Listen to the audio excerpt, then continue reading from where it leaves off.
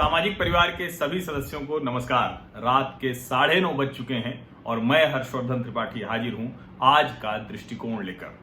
आज के दृष्टिकोण में चाइनीज वायरस की भी बात करेंगे और चीनी सेना के साथ जो कोर कमांडर लेवल की बातचीत हुई उसकी भी बात करेंगे। दुनिया पे कैसे इस वायरस का खतरा मंडरा रहा है और उसकी यूनाइटेड नेशंस में क्या बात हुई, प्रधानमंत्री ने क्या कहा, ट्रंप ने क्या कहा, वो भी बात करेंगे। राज्यसभा में जो घटनाक्रम हुआ रविवार को और उसके बाद जिस तरह से जो हिंसक सांसद थे वही गांधी जी की प्रतिमा के नीचे बैठे, उनको हरिवंश जी ने कैसे पाठ पढ़ाया अहिंसा का, वो भी बताऊंगा। और आवश्यक वस्तु अधिनियम सहित ढेर सारे बिल पास हुए, ये भी जरूरी जानकारी। और इसके अलावा राज्यों से कौन कौन सी खबरें हैं, क्या हो रहा है, फिल्म सिटी कहां बनने जा रही है, और उसके अलावा योगी जी क्या कर रहे हैं, क्या अपराधियों पर उनकी कार्रवाई में कहीं कमी तो नहीं आ गई है। ये सारी बातचीत अगले आधे घंटे में आप लोगों को, और उसके साथ मेरा अपना दृष्टिकोण, खबरों का विश्लेषण भी खबरों के साथ। तो शुरू करते हैं। और आज की चर्चा में शुरू करूं, सबसे पहले आज बात जो करूंगा वो चाइनीज वायरस की ही करूंगा, जिस वायरस ने पूरी दुनिया को तबाह कर रखा है।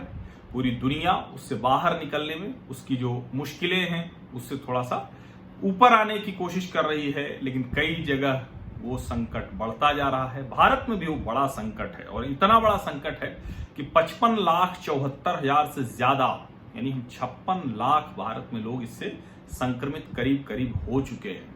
और जो ठीक होने वाले की संख्या है वो 45 लाख से ज्यादा हो गई है। 9,80,000 से ज्यादा लोग अभी भी इस चाइनीज वायरस का शिकार हैं। 89,000 से ज्यादा जानें नहीं बचाई जा सकी। अब जब मैं ये बता रहा हूं तो कई बार ये लगता है कि जब हम 56 लाख संक्रमण की तरफ पहुंच गए और जिस तरह से आर्थिक गतिविधियां खुल रही हैं, लोग एक जगह से दूसरी जगह आ जा रहे हैं। जैसे कल ही मुझे दिल्ली जाना पड़ा तो मैंने देखा कि कहीं भी कोई कमी नहीं थी, सब जगह उसी तरह से लोग आ जा रहे थे, वैसे ही ट्रैफिक जाम हो रहा है, सब कुछ हो रहा है। लेकिन इस सब के बीच अच्छी खबर क्या है? इस सब के बीच बड़ी शानदार खबर एक आई है और वो शानदार खबर ये है कि भारत ने पिछले 24 घंटे में इस चाइनीज वायरस से ठीक होने वालों की जो संख्या है वो रिकॉर्ड संख्या वहां तक पहुंचा है। भारत वो संख्या हासिल कर ली है। 1 लाख से ज्यादा लोग रिकवर हो गए हैं पिछले 24 घंटे में, जो 45 लाख का आंकड़ा दे रहा था। और जो 24 घंटे में नए संक्रमित मामले आए वो हैं 75,083 और ठीक होने वाले मामले आए 1,01,468। अब दुनिया में अलग अलग कहा गया कि भारत कब पीक तक पहुंचेगा, वहां से कब नीचे आएगा, कई जगह सेकेंड वेव की बात हो रही है। लेकिन अच्छी बात यह है कि भारत में जो पिछले 24 घंटे का आंकड़ा है वो बहुत, जिसको कहते हैं ना कि आशा की किरण लेकर आया है। और मैं बार बार कह रहा हूं कि ये किसी को भी हो सकता है, किसी को भी संकट में डाल सकता है, लेकिन ये भी सही है कि इसके साथ जीना पड़ेगा, हमें तैयारी करके रहना पड़ेगा, एहतियात बरतना होगा, लेकिन सब कुछ उसी तरह से चले। यानी वायरस है, ये हमारे जीवन का हिस्सा है, लेकिन हम इसके साथ अच्छे से रह सकते हैं, हम दुनिया को बताएं। और सिर्फ 24 घंटे का मसला नहीं है। स्वास्थ्य मंत्रालय की जो जानकारी है, जो आंकड़ा उन्होंने पेश किया है, पिछले 4 दिन ऐसे बीते हैं लगातार, पिछले 4 दिन, जिसमें ये संख्या बेहतर रही है। अगर हम 19 सितंबर की बात करें तो 93,337 लोग संक्रमित हुए और 95,880 लोग ठीक हो गए। 20 सितंबर 92,605 लोग संक्रमित हुए और 94,612 लोग ठीक हो गए। 21 तारीख को 96,961 लोग संक्रमित हुए और 93,356 लोग ठीक हो गए। और मैंने 22 सितंबर का आंकड़ा तो आपको बताया ही कि 75,083 संक्रमित हुए और 1 लाख से ज्यादा, 1,01,468 ठीक हो गए। ये बड़ी शानदार खबर है और अगर हम इसको कंटिन्यू रख पाते हैं, इस अनुपात में हम आगे बढ़ पाते हैं, तो धीरे धीरे इस वायरस को हम पूरी तरह से खत्म कर सकेंगे। लेकिन वायरस खत्म तो हो रहा है, दुनिया की चिंता तो बड़ी।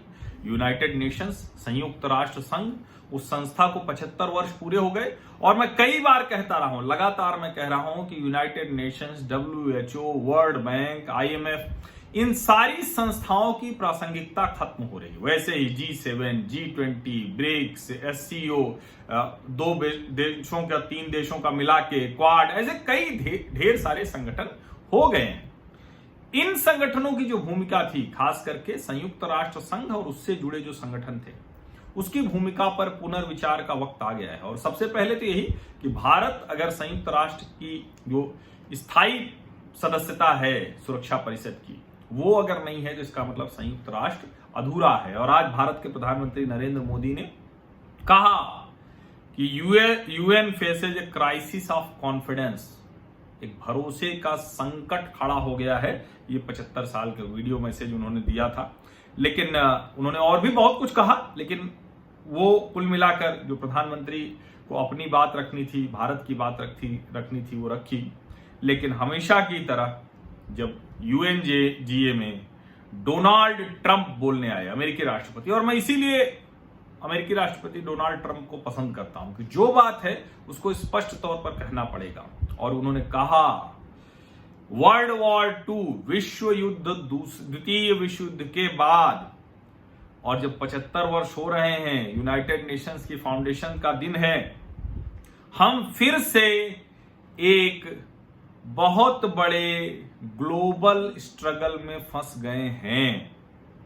और जो इस बार की अदृश्य ताकत है, अदृश्य हमारा दुश्मन है, अदृश्य शक्ति है जिससे हम लड़ रहे हैं, वो है चाइना वायरस। नाम लेकर उन्होंने कहा कि चाइना वायरस, जिसकी वजह से 188 देशों में अनगिनत लोगों की जान चली गई। और मुझे लगता है कि ये दुनिया में एक प्रोपागेंडा फैलाया जा रहा है और चीन इसकी कोशिश कर रहा है कि कहीं से भी इसको चाइना वायरस न कहा जाए।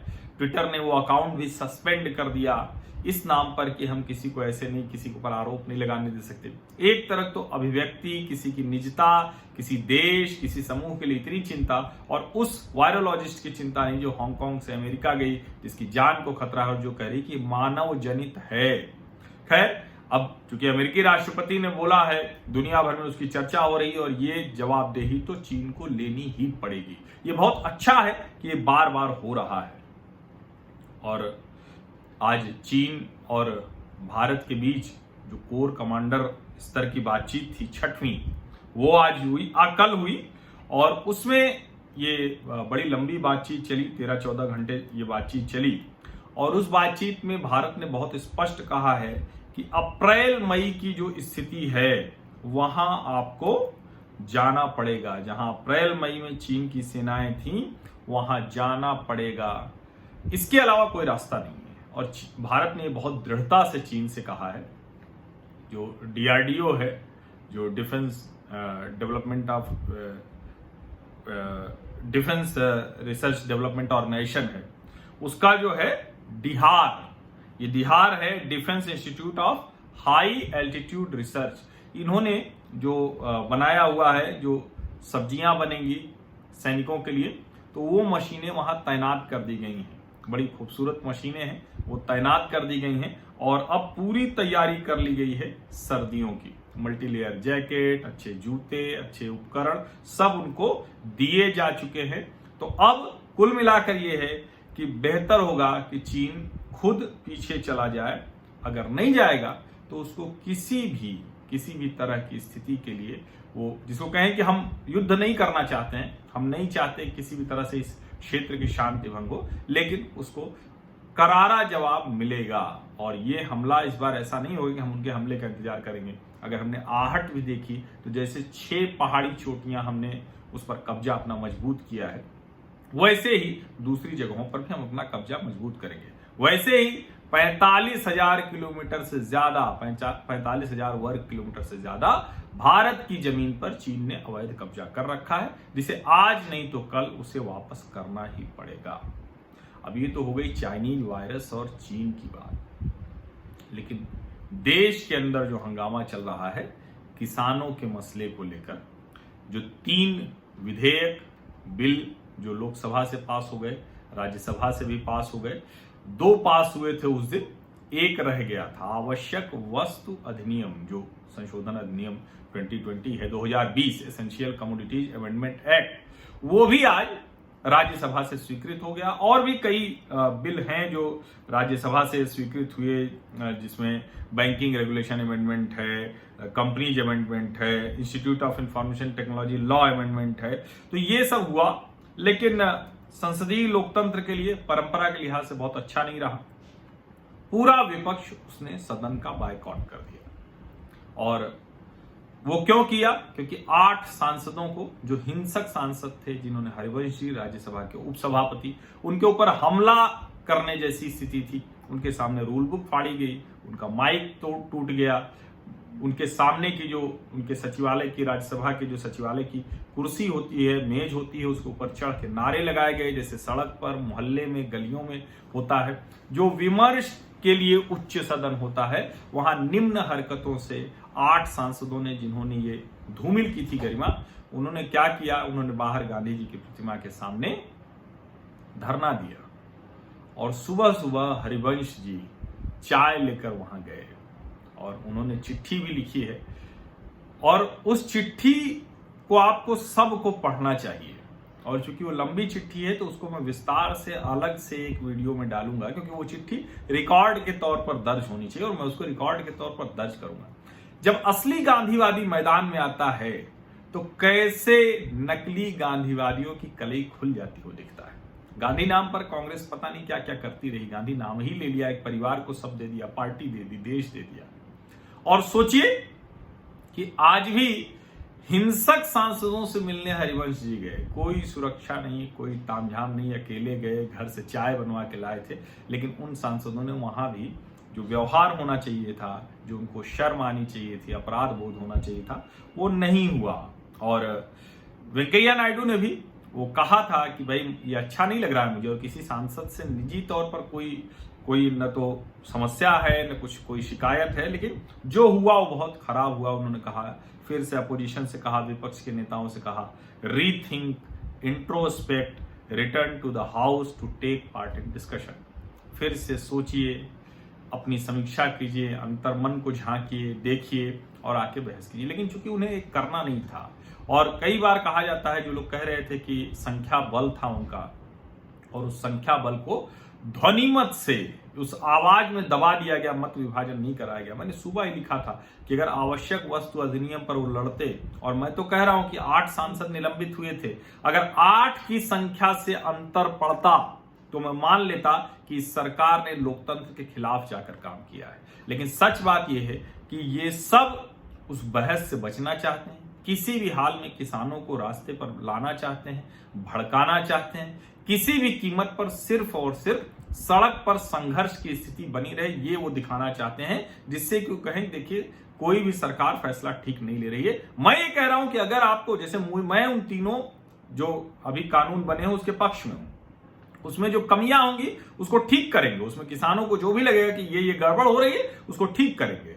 लेकिन जो सड़क पर सिर्फ संघर्ष दिखता रहे, और कमाल की बात ये, देश में कहीं सड़क पर संघर्ष नहीं है, पंजाब में है सिर्फ, हरियाणा में कुछ है थोड़ा बहुत प्रभाव की वजह से, क्योंकि कांग्रेस वहां थोड़ी बहुत मजबूत है हुड्डा जी के नेतृत्व में। और उसके अलावा दिल्ली में आज कुछ प्रदर्शन किया गया, कुछ तमिलनाडु में हुआ। तमिलनाडु के मुख्यमंत्री ने कहा कि जो भी डीएमके कह रही है वो झूठ बोल रही है, अगर किसानों के खिलाफ सरकार जाएगी तो हम उसके खिलाफ लड़ाई लड़ेंगे। और सभी पार्टियों को यही इसी तरह से सोचना चाहिए, लेकिन दुर्भाग्य से वो नहीं हुआ। और एम वेंकैया नायडू के कहने के बाद भी न राज्यसभा में लौटे, और देखा देखी यह आमतौर पर होता नहीं है, लेकिन कांग्रेस के नेता अधीर रंजन चौधरी ने कहा कि राज्यसभा और लोकसभा ये दोनों जुड़वा भाई हैं, एक दर्द में है तो दूसरा उसकी अनदेखी नहीं कर सकता, चिंता होनी चाहिए। और किसान बिल, किसान विधेयक, इसको वापस लीजिए, और अगर आप ये करें तो हम सदन चलाने में हमें कोई दिक्कत नहीं है। प्रहलाद जोशी ने जवाब देते हुए कहा कि जो भी दूसरे हाउस में हुआ वो बहुत अच्छा नहीं था। वो जो डिप्टी चेयरमैन हैं उनकी पिटाई करने की हद तक ये लोग गए, पर मैं इस पर चर्चा नहीं करना चाहता। और कुल मिलाकर बात नहीं बनी। कांग्रेस ने बायकॉट कर दिया, अपोजिशन लीडर्स की बैठक हुई, उस बैठक में तय पाया गया कि हम लोग राज्यसभा के जो सांसद हैं जो निलंबित किए गए और जो ये कृषि बिल हैं इस पर संसद के सत्र का बहिष्कार करेंगे। तो जो संसद सत्र आज चला वो पूरी तरह से सिर्फ और सिर्फ वो लोग रहे, विपक्ष उसमें गैर हाजिर रहा। शाम को 6 बजे मीटिंग भी थी बिजनेस एडवाइजरी कमेटी की, जो सांसदों की 11 सदस्यीय समिति है राज्यसभा में। तो टीएमसी के डेरेक ओब्रायन तो वैसे ही उसमें नहीं आ सकते थे, लेकिन उसके अलावा राम गोपाल यादव, कांग्रेस के आनंद शर्मा, जयराम रमेश, राष्ट्रीय जनता दल के मनोज झा, इन लोगों ने बायकॉट कर दिया। और शरद पवार साहब ने प्रेस कॉन्फ्रेंस की है और कहा है कि मैं भी एक दिन का उपवास करूंगा उन सांसदों के समर्थन में और मैं इस लड़ाई को आगे ले जाऊंगा। अच्छा है, मुझे लगता है कि देश को भी ये अनुमान हो जाना चाहिए कि किसानों के पक्ष में कौन कैसे है। सबसे ज्यादा विदर्भ में आत्महत्याएं होती हैं, सबसे ज्यादा। और उसको ये कहना कि शरद पवार कह रहे हैं सुशांत सिंह राजपूत की आत्महत्या पर चर्चा हो रही, इस पे नहीं हो रही। निश्चित तौर पर सुशांत सिंह राजपूत की आत्महत्या के पर चर्चा एक उसको कहें कि भावनात्मक मुद्दा बन गया, जरूरत से ज्यादा चर्चा हो रही है, जिस प्रोपोर्शन में होनी चाहिए उससे बहुत ज्यादा हो रही, मैं भी ये मानता हूं। लेकिन क्या एक अभिनेता, उभरता हुआ अभिनेता, उसकी आत्महत्या की खबर वो ऐसी है कि उसकी तुलना किसानों की आत्महत्या से की जानी चाहिए? यही राजनीति खतरनाक है। और मैं कह रहा हूं कि आप तो किसान नेता थे, आप तो बहुत जिसको कहते हैं कि चीनी मिलों पे आपका कब्जा है, सहकारी आंदोलनों पे आपका कब्जा रहा है, और उसके बावजूद क्यों महाराष्ट्र के किसान अच्छी स्थिति में नहीं पहुंचे, ये चिंता आपको होनी चाहिए। लेकिन दुर्भाग्य से अपनी राजनीति बचाने के अलावा, अपना साम्राज्य खड़ा करने के अलावा नेताओं को कोई चिंता नहीं होती है, सिर्फ बयानबाजी करते हैं। जो कहते हैं कि सरकार किस तरह से क्या काम करे, एक कहा जाता था ना कि जो भारतीय परंपरागत खेल हैं, भारतीय चीजें हैं, उनको बहुत नहीं आगे बढ़ाया जाता है। जब ये रियलिटी शोज होते हैं टीवी चैनलों पे, उसमें हम लोग मल्लखंब देख के एकदम रोंगटे खड़े हो जाते हैं। लेकिन आप सोचिए कि उसके मल्लखंब लड़ने वाले को, कुश्ती करने वाले को, उससे तैयारी करने वाले को, उसको कहीं भी नौकरी नहीं मिलेगी स्पोर्ट्स कोटे के तहत। किरेन रिजिजू, इन्होंने आज लोकसभा में एक लिखित जवाब में बताया कि 20 ऐसे नए खेल शामिल किए गए हैं, जिसमें मल्लखंब है और दूसरी बहुत से ऐसे खेल हैं जिनको शामिल किया गया है। और जो भी ऐसे खिलाड़ी होंगे प्रतिभाशाली, उनको नौकरियां स्पोर्ट्स कोटे के तहत मिल सकें। ये बहुत जरूरी है। अगर आप ये कहेंगे कि भारतीय खेल, भारतीय विज्ञान, भारतीय चिकित्सा, भारतीय पद्धति, भारतीय संस्कृति, इस सब को आप बढ़ाना चाहते हैं और उसको आप कहीं जगह नहीं देंगे, स्थान नहीं देंगे, तो कैसे बढ़ेगी? तो अच्छा है कि इसकी चिंता की जा रही है। आज जो वाणिज्य और उद्योग मंत्री हैं पीयूष गोयल, वो शामिल हुए G20 देशों की जो बैठक थी, trade and investment ministers meet, यानी वो भी वाणिज्य उद्योग मंत्रियों की बैठक थी, उसमें वो शामिल हुए। और उन्होंने भारत के छोटे कारोबारियों, किराना कारोबारियों, और जो भारत में जिस तरह के आर्थिक सुधार हुए हैं और जो अलग अलग क्षेत्रों से, जो जिसको बार बार हम कहते हैं कि यहाँ की जो संस्कृति है, यहाँ की विरासत है, यहाँ के अपने कारोबार के तरीके हैं, छोटे कारोबारी जिनको हम कहते हैं, उनसे कैसे हम इस समय भी मजबूत स्थिति में रहे, वो उन्होंने बताया। आज CII के कार्यक्रम में विदेश मंत्री डॉक्टर एस जयशंकर शामिल हुए। इंडिया अफ्रीका प्रोजेक्ट पार्टनरशिप, उस पर ये CII EXIM bank digital conclave था, ये 15वां ऐसा कॉन्क्लेव था। और उसमें डॉक्टर एस जयशंकर ने कहा कि भारत के लिए इससे बेहतर कुछ हो ही नहीं सकता। वो उसको उनको ये, उस देश को, अफ्रीकन जो कंट्रीज हैं, उनको ये होना भी चाहिए। और भारत के लिए इससे अच्छा कुछ नहीं है कि वो अब कारोबार में दुनिया के तंत्र में मुख्य धारा में आ रहे हैं। और उन्होंने कहा कि ये हमारी विदेश नीति का जो मूल चिंतन है उसमें शामिल है। भारत अफ्रीका का तीसरा सबसे बड़ा एक्सपोर्ट डेस्टिनेशन है। और उन्होंने कहा कि जो हमारा इन्वेस्टमेंट है वो 54 बिलियन US का है, और ये जो कहे कि इस इलाके में सबसे ज्यादा इन्वेस्टमेंट वाला है। और उन्होंने कहा कि हम आगे वहां भी ये कोशिश करेंगे कि ज़्यादा से ज़्यादा मौके और नौकरियां वो सब हम करेंगे। तो ये आज विदेश मंत्री डॉक्टर एस जयशंकर ने कहा। और ये दरअसल अलग अलग क्षेत्रों में, अब मैंने जो एक बात कही थी ना कि यूनाइटेड नेशंस अपनी उपयोगिता खोता जा रहा है। पहले सब कुछ यूनाइटेड नेशंस, WTO, WHO, इस IMF, वर्ल्ड बैंक, इसके जरिए होता था। अब अलग अलग देश अपने, जिसको कहें कि अपने हितों के लिहाज से नए तरह का, जिसको हम लोग अंग्रेजी में कहते हैं कि टेलर्ड, कस्टमाइज्ड नीड के लिहाज से वो कहते हैं कि अच्छा ये कर दें। रेडीमेड नहीं, आप गए कहे नहीं हमको यहाँ बटन नहीं अच्छी लग रही है जेब की, हमको अच्छा दोनों तरफ चाहिए, या कोई शौकीन है तो उसने कहा हमें थोड़ा तिरछी चाहिए। ऐसी बहुत सी चीजें हैं। तो हर देश की अपनी जरूरत है, हर की अपनी चिंता है, उसके लिहाज से वो कारोबारी समझौते कर रहे हैं। आज अभयाज, high speed expendable aerial target, heat, ये उन्होंने किया है। किसने? ये भी DRDO, defence research and development organisation, ये अभी उन्होंने किया बालासोर उड़ीसा में, और ये सफल रहा है, ये रक्षा मंत्रालय ने बताया है। तो लगातार DRDO कई ऐसे जरूरी सेना के लिए सामान, सैन्य उपकरण वो कर रही है। रिजर्व बैंक ऑफ इंडिया ने PMC बैंक के जो नए एडमिनिस्ट्रेटर के तौर पर, PMC वही Punjab and Maharashtra cooperative bank, जिसके खाता धारकों को बड़ा संकट हो गया था, वहां AK दीक्षित को अपॉइंट किया है RBI ने। एक्स जनरल मैनेजर हैं यूनियन बैंक ऑफ इंडिया के, और 23 सितंबर से कार्यभार संभालेंगे, यानी कल से। और अच्छा है कि जल्दी से उनकी चिंताएं दूर हो। राष्ट्रीय जांच एजेंसी ने, NIA ने, बेंगलुरु के KG हल्ली और DG हल्ली थाना क्षेत्र में जो दंगे हुए थे उसकी जांच शुरू कर दी है। और ये 11 अगस्त को दंगे हुए थे। जो IG रैंक के एक ऑफिसर बेंगलुरु में हैं, उन्होंने ये जांच शुरू की है। बेंगलुरु की जो एंटी टेररिज्म सेल है, उसने केंद्रीय एजेंसियों के सहयोग से शोएब को पकड़ा है। ये शोएब कौन है? 2008 में बेंगलुरु में लगातार बम धमाके हुए थे, सीरियल ब्लास्ट हुए थे, और तब से ये भगोड़ा है। अब जाके पकड़ा गया है, त्रिवेंद्रम एयरपोर्ट से पकड़ा गया है, कल पकड़ा गया है। तो ये बहुत सी चीजें हैं जो जानकारी हमें नहीं पता चलती। ये संदीप पाटिल ज्वाइंट कमिश्नर हैं जो बेंगलुरु के, उन्होंने बताया। केरल, ऐसा लगता है कि सब, कोई भी देश में सोना खरीद रहा है, तस्करी कर रहा है, तो सब केरल ही जा रहा है। बड़ा मतलब विचित्र स्थिति है। लेकिन जिसको हम लोग पढ़ते थे तो बचपन में एक आता था, दैनिक जागरण में एक कोना आता था, कार्टून बना हुआ होता था बच्चों के लिए, आश्चर्यजनक किंतु सत्य। वो कोर्स का भी हिस्सा पाठ्यक्रम में भी हुआ करता था। तो आश्चर्यजनक किंतु सत्य यह है कि सारी की सारी सोने की तस्करी वो सिर्फ केरल में ही पकड़ी जा रही। और उसी की जो स्वप्ना सुरेश, जिसमें केरल की सरकार के मुख्यमंत्री के प्रमुख सचिव शिवाशंकर, उनके शिक्षा मंत्री KT जलील, वो सब आरोपी बताए जा रहे हैं, संदिग्ध हैं उस मामले में। वही स्वप्ना सुरेश अब 4 दिन की NIA कस्टडी में भेज दी गई है। ये NIA अदालत कोच्चि ने भेजा। और एयर इंटेलिजेंस यूनिट ने पकड़ा है कालीकट इंटरनेशनल एयरपोर्ट पर 95 लाख का एक सोना पकड़ा है एक यात्री से।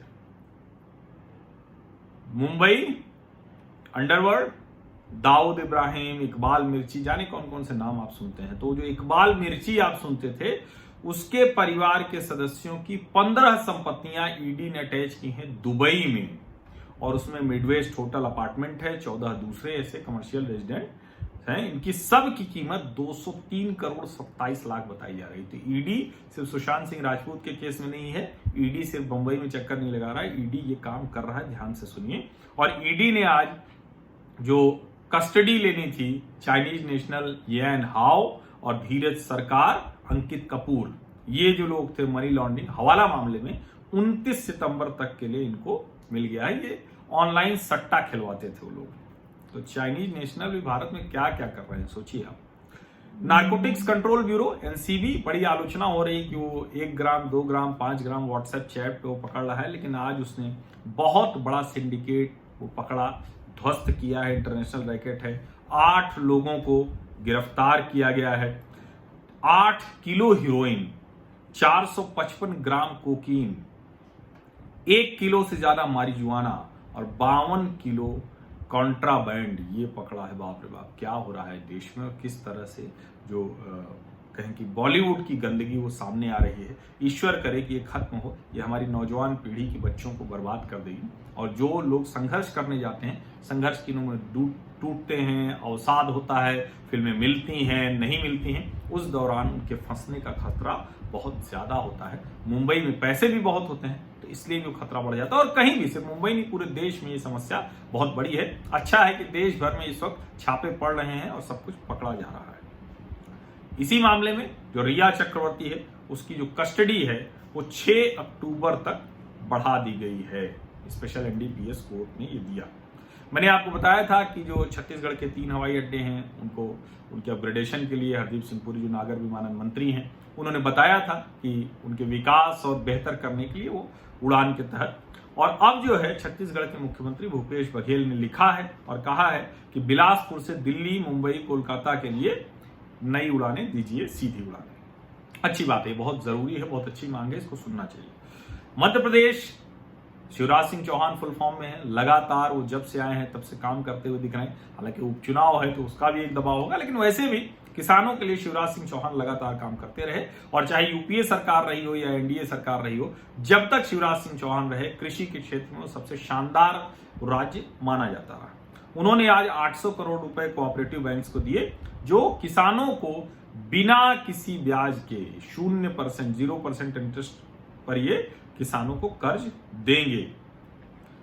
नरोत्तम मिश्रा जो मध्य प्रदेश सरकार के मंत्री हैं, उन्होंने बताया कि किसान कल्याण निधि जोड़कर हर किसान को हर साल 10,000 रुपए दिया जाएगा। यानी मध्य प्रदेश की सरकार ने किसानों के खाते में अपनी तरफ से रकम जोड़ दी और अब 10,000 रुपए मिलेगी। 25 तारीख को 77 लाख किसानों के खाते में एक क्लिक से ये राशि पहुंच जाएगी। और अब आते हैं उत्तर प्रदेश में। उत्तर प्रदेश के एनकाउंटर, उत्तर प्रदेश में गिरती हुई अपराधियों, माफियाओं की बिल्डिंग आप रोज सुनते होंगे। आज भी वो आई है खबर, मुख्तार अंसारी के करीबियों पर छापा मारा गया है 42 ठिकानों पर और 11 लोग गिरफ्तार, 11 कुल 21 लोग गिरफ्तार हुए हैं। तो आपने देखा ही होगा कैसे अतीक अहमद के कोल्ड स्टोरेज, बिल्डिंग, घर, जो भी अवैध संपत्तियां बनाई थी, वो सब अपराधियों की गिराई जा रही यूपी में। लेकिन यूपी बना भी रहा है। योगी जी सिर्फ गिरा नहीं रहे हैं, गिराने की चर्चा ज्यादा होती है, बनाने की वो 1000 एकड़ की फिल्म सिटी बनाने की है। आज लखनऊ में बड़ी बैठक हुई जिसमें ढेर सारे फिल्म जगत से जुड़े हुए लोग इकट्ठा हुए। उदित राज जी ने गाना भी गाया, बड़ा जबरदस्त। और वहां योगी आदित्यनाथ ने कहा कि भरत का नाम भारत शकुंतला पुत्र भरत के नाम पर पड़ा। उसी हस्तिनापुर के आसपास के क्षेत्र में हम फिल्म सिटी प्रस्तावित कर रहे हैं। गंगा और यमुना के बीच का भूभाग है। यमुना एक्सप्रेसवे जो दिल्ली को आगरा से जोड़ने आ रहा है, उसके बीच में सारा क्षेत्र पड़ता है। ये मैंने पहले भी आपको बताया था कि सबसे बेहतर जगह यही होगी। तो अच्छा है, और मैं मानता हूं कि ये फिल्म सिटी अपने आप में बहुत शानदार होगी। कहीं भी हो, जितना ये मतलब ये नोएडा से और आगे यमुना एक्सप्रेसवे एक अच्छी जगह है, और जितना आगे बसेगी उतना ही अच्छा रहेगा। ये पूरा का पूरा इलाका ठीक होगा। हालांकि कई लोग ये भी मांग रहे हैं कि पूर्वांचल में क्यों नहीं, काशी में क्यों नहीं, प्रयाग में क्यों नहीं, या फिर लखनऊ में क्यों नहीं। तो मेरा मानना है कि लखनऊ में तो कतई नहीं बननी चाहिए, और प्रयाग और काशी में भी बनेगी तो किसी ऐसी जगह बननी चाहिए जहां शहर से बहुत दूर हो, शहर से लग के नहीं बननी चाहिए फिल्म सिटी। ये मेरा अपना मानना है। अलग तरह की जो कहे कि विकास की पूरी प्रक्रिया वो तैयार होती है, उसका लाभ मिलता है। बहुत बड़ा काम होगा ये फिल्म सिटी बनने से। जो राज्य के विकास की एकदम शानदार, जिसको कहते हैं बड़ी मजबूत ये बुनियाद बनेगी, जिस पर इमारत तैयार होगी। दिल्ली एनआईए की कोर्ट ने अलकायदा के आतंकवादियों को, 6 आतंकवादियों को 4 दिन के रिमांड में भेज दिया। ये कौन है? ये वही हैं जो पश्चिम बंगाल और केरल से पकड़े गए थे। जम्मू कश्मीर 18,52,000 लोगों को डोमिसाइल यानी नागरिकता प्रमाण पत्र दे दिया गया है। 21,99,000 एप्लीकेशन 21 सितंबर तक आए हैं। राष्ट्रीय जांच एजेंसी ने बारामूला, उरी और श्रीनगर में कई घरों की तलाशी ली है। हिजबुल के आतंकवादी नवीद बाबू के मामले में आरोपी तारिक मीर के 5 साथियों के घर पर छापे और तलाशी की गई है। और ये आज का दृष्टिकोण मैं बस खत्म करता हूं। आखिरी बात जरूर कहूंगा कि आज हरिवंश जी ने बहुत कमाल का काम किया है और मैं उस पर अलग से बात करूंगा, अलग वीडियो बनाऊंगा, क्योंकि इसमें मैंने तय किया है कि खबरें ज़्यादा होंगी, विश्लेषण कम होगा, लेकिन छोटा छोटा विश्लेषण जरूर होगा। लेकिन निश्चित तौर पर देश के गांधीवादियों को सोचना जरूर चाहिए कि गांधी के नाम पर इस देश में कितना फर्जीवाड़ा फैलाया गया।